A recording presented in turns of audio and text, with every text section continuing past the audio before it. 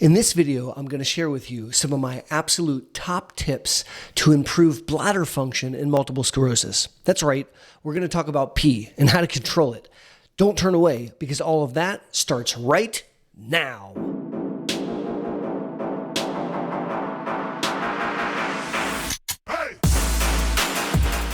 Howdy! Thanks for learning about MS with me, Aaron Boster. In this video, I want to discuss one of the most common symptoms I hear about in MS, and that's bladder. In the setting of multiple sclerosis, people can have a bunch of bladder issues.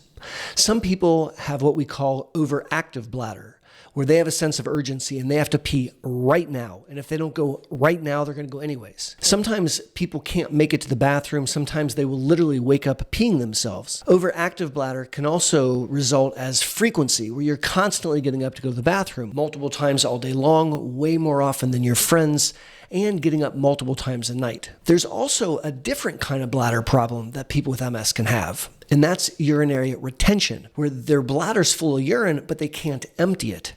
And that presents differently. Those people will pee and stand up and then have to sit right back down and finish peeing, or they won't feel like they finished and they may have to push on their bladder. They may not be able to get all the urine out, and then sometimes, whoosh, urinary incontinence. Now, some people with MS can actually have both problems, and that's called dyssynergy. People impacted by MS are at high risk of having urinary tract infections, and that's particularly problematic because UTIs can trigger MS attacks and create pseudo-attacks or an uptick of baseline MS symptoms. In this video, I'm going to share with you about 12 of my top tips, things that we can do to improve bladder function in MS. So let's jump in. Quick disclaimer, as you know, this video and all of my videos are intended to provide you with information and education. I'm not giving you medical advice. You have to talk to your doctor or clinician to know what's right for you. Tip number one, and you probably guessed it if you're familiar with my channel, is to up your water game. Now, before you roll your eyes, most people who have bladder problems think, okay, if I drink less water, then I'll make less urine and the problem will be better. And that's actually logical, but false. Let me explain why. When you withhold drinking water, you still make urine, you just don't make as much of it. There's very little fluid and the urine's super concentrated. Super concentrated urine is a great place for bacteria to grow. And all the toxins in the urine or the metabolites are irritating to the bladder and they're concentrated. And so you're at higher risk of urinary tract infections and of bladder spasms, believe it or not. Now, if you're constantly upping your water game and you're constantly filling and emptying your bladder, you're diluting out the urine. The bacteria, they're constantly being washed out, and the metabolic toxins and whatnot are diluted as well, and so they're less irritated to the bladder wall, and therefore less spasms. Drinking more water sounds paradoxical, but it can actually make your bladder function better. I want you to drink a glass of water with each of breakfast, lunch, and dinner. Then I'd like you to drink a glass of water between breakfast and lunch, and between lunch and dinner. That's going to give you around 100 ounces, which is generally what we're shooting for. And it's going to stack the water in the first half of your day. That way, the tail end of your day, you're not thirsty and you're not going to be drinking water up until the bedtime. That way, you won't be making urine while you're sleeping and have to get up multiple times to go to the bathroom. Recommendation number 2 is to time your voids. When you are a munchkin, you don't sense that your bladder's filling up, and so you don't think to go to the bathroom. And as a result, you can have a potty accident. What do parents do? They'll tell little Johnny to go to the bathroom, and he may say, I don't have to go. And then he goes, and you listen, and he tinkles, because he didn't sense that his bladder was full. His parents knew that little Johnny hadn't been to the bathroom in a while, and so they were timing his voids.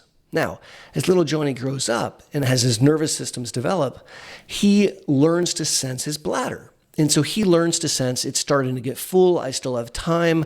It's getting more full. Okay, I'll make my way over to the bathroom and empty my bladder. In the setting of MS, however, with damage to the brain and spinal cord, there can be a situation where you no longer sense your bladder filling. You may not be alerted that your bladder is full until the last second when it's the size of a beach ball and you have absolutely no time to rush to the bathroom. And it can lead to accidents or near accidents, and it can lead to people not leaving the house for fear of that. Timing your voids is a way around that. If you plan to go to the bathroom at the top of every hour, something interesting happens. You may find that you don't have to pee and you think, why did I just do that? You may find that you had to pee and you didn't realize your bladder was full. I challenge you when you're awake, try this. Go to the bathroom at the top of every hour and see what happens. If you always have to empty your bladder, well, then going to the bathroom that frequently is going to help you stay in front of the problem, and you're never going to let it fill up to the point where you're rushing in a near accident moment. If you can go every hour, then you can challenge yourself and go every 2 hours. You can stretch it out until you have a oh no moment. And you can figure out for you how frequently you need to get up and go to the bathroom, timing your voids. Real quick before we go on, if you like this video, do me a kind favor and give it a thumbs up. And if you haven't yet subscribed to the channel, please consider doing so. Those two actions teach the YouTube algorithm that you like this content and then help push it out so more people impacted by MS can benefit. Thank you. My third recommendation is to address constipation. Many folks impacted by MS are constipated. They have slow gut transit, they have dysbiosis, and they can have some significant trouble pooping. And if you have constipation, if you're backed up, then there's an increased risk of a lot of bladder problems. Literally, mechanically, it can push on parts of your bladder.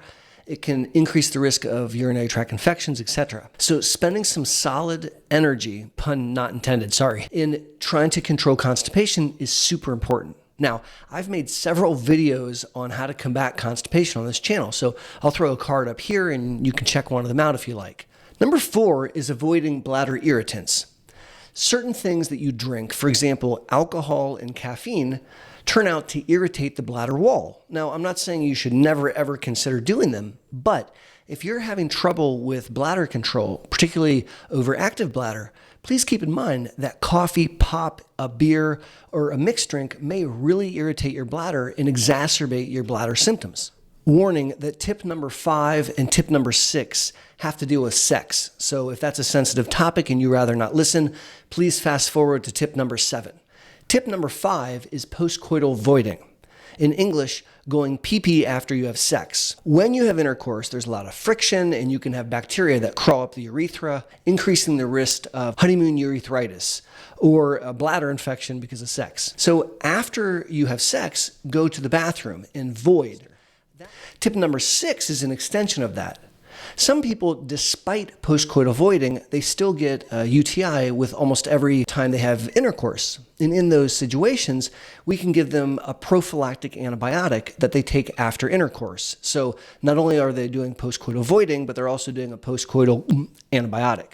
Tip 7 is probably the most powerful in this entire video, and that's pelvic floor physical therapy. The pelvic floor are a bunch of muscles. And when you squeeze them in certain ways, it controls bowel, bladder, and to some extent, sexual function. And you can have a wearing out of those muscles. They can become deconditioned. They can become weakened because of MS, and they can become spastic. And as a result, they can misfire and not behave properly. And it can create serious problems with bowel, bladder, and bedroom. Pelvic floor PT is awesome stuff. These are specially trained pelvic floor physical therapists. They get up in your business and they help you retrain your pelvic floor and strengthen it. And it can have a massive, massive positive impact on bladder function. I want to share with you a story that is dear to my heart. One of my most dear patients whose MS really impacts her down there's quite a bit, had struggled with all kinds of specialists and urologists and gynecologist and pokes and prods and stuff. And we really were having trouble controlling her down there's. We sent her to pelvic floor physical therapy, and it worked. She wrote me a text, and I kept it as long as I could, and it finally fell off my phone, I guess. But it went sort of like this. Dr. B, thank you for pelvic floor PT. Sex is no longer painful, and I have better control of my bladder. But most importantly, I'm pretty sure that I can now crush beer cans with my lady parts. It's kind of awesome. Look who came to visit. River, come here. Say hi. River comes to work every day at the Boster Center for MS. I call her a work doggy. You been good? You want to say hi to all the people on the internet? Say howdy. Good girl.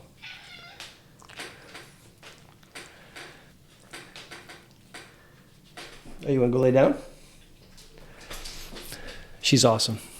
My next 3 tips will focus on overactive bladder. You remember, that's a situation where you have to run to the bathroom and you're worried you can't make it. We call that urgency. You're constantly going to the bathroom. We call that frequency. You're getting up multiple times a night to pee. That's called nocturia. And you can have accidents, incontinence. Overactive bladder is a problem where the bladder, which is like a bag, all right, of muscle, spasms down and it's really tight. It's like the size of a racquetball. So when you drink half a can of Coke, it's full, and then you got to sprint to the bathroom and try to empty it. There are medicines, pills that you can take. And what they do is they relax the bladder and allow it to expand to a normal size, and then allows you to have a normal carrying capacity. You can casually get to the bathroom and empty your bladder. All medicines have side effects, and you have to talk to your doctors about whether these medicines would be right for you. But many times, a simple pill you take once a morning can really make the difference and allow you to manage overactive bladder symptoms. Another powerful technique to manage overactive bladder is bladder Botox. This is done by a urologist. They go in through a scope, and then they literally inject the inside walls of the bladder, and it causes the bladder to relax. What's awesome about this is then oftentimes you don't have to take a pill. And the benefits of the bladder Botox can extend for 3 or sometimes 4 months. There are side effects to all procedures, and I'm not saying that this technique is right for everyone, but I have seen it help a tremendous number of my patients, and they have a sense of freedom. It's really cool stuff. Number 10 is medicine by Edison. It's a device called an IntraStim. It's a bladder stimulator. Now, what happens is you have a very small outpatient surgery where they install wires in a battery which stimulate the sacral nerves, and it triggers your bladder to behave itself. And there are times when the pills and even Botox don't work adequately, and patients can have an awesome control of their bladder using this bladder stimulator. This is a very, very important message, what I'm about to say. Please listen. If you are someone impacted by MS, you're very likely going to need monitored with MRIs. It's critically important that we only implant MRI-compatible bladder stimulators.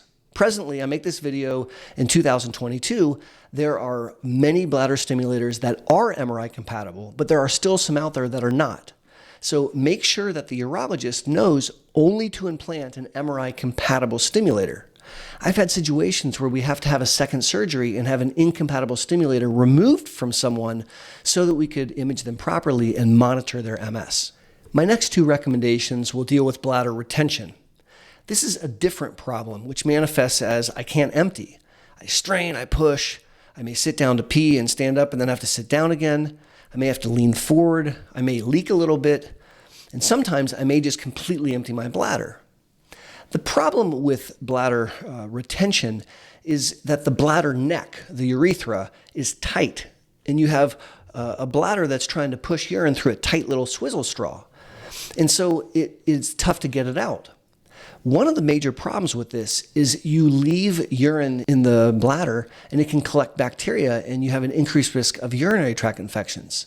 Another issue is the pressure because it can backfill and actually damage your kidneys. Bladder retention is treated with different medicines and different techniques than the bladder urgency. There are pills for bladder retention. And so number 11 are pills to help with bladder retention like Flomax. Now, Flomax was invented actually to reduce the size of men's prostates. And half my patients don't have prostates because they're women. But they have the smooth muscle of the urethra. And that's really where this pill works. It relaxes that smooth muscle. So a swizzle straw becomes a McDonald's straw, and then you can get the urine out. And there are other medicines that can also do this. They have side effects like dizziness, and of course you have to talk to your doctor, but taking a pill can be very, very helpful. In a situation of retention, when a bladder pill like that's not working, the 12th tip is to consider using intermittent self-catheterization. Now, many of you listening just went, eek, thinking about self-catheterization. And I've never met someone that's like, oh, could I please try to do that? Here's the deal. If you learn how to self-catheterize, you can carry a tiny discreet catheter which can be folded up in your hand. And in the privacy of a bathroom, you can insert a catheter, 100% completely drain your bladder, pull the catheter out, and then you can go about your day. learning to self-cath can be really, really liberating, and it can free you up because you control with great certainty when you're not going to be empty. The biggest way that you could help this channel is by watching another video. So please consider doing so. Until my next video or my next live stream, or until the next time I see you at the Boster Center for MS, this is Aaron Boster saying be safe and take care.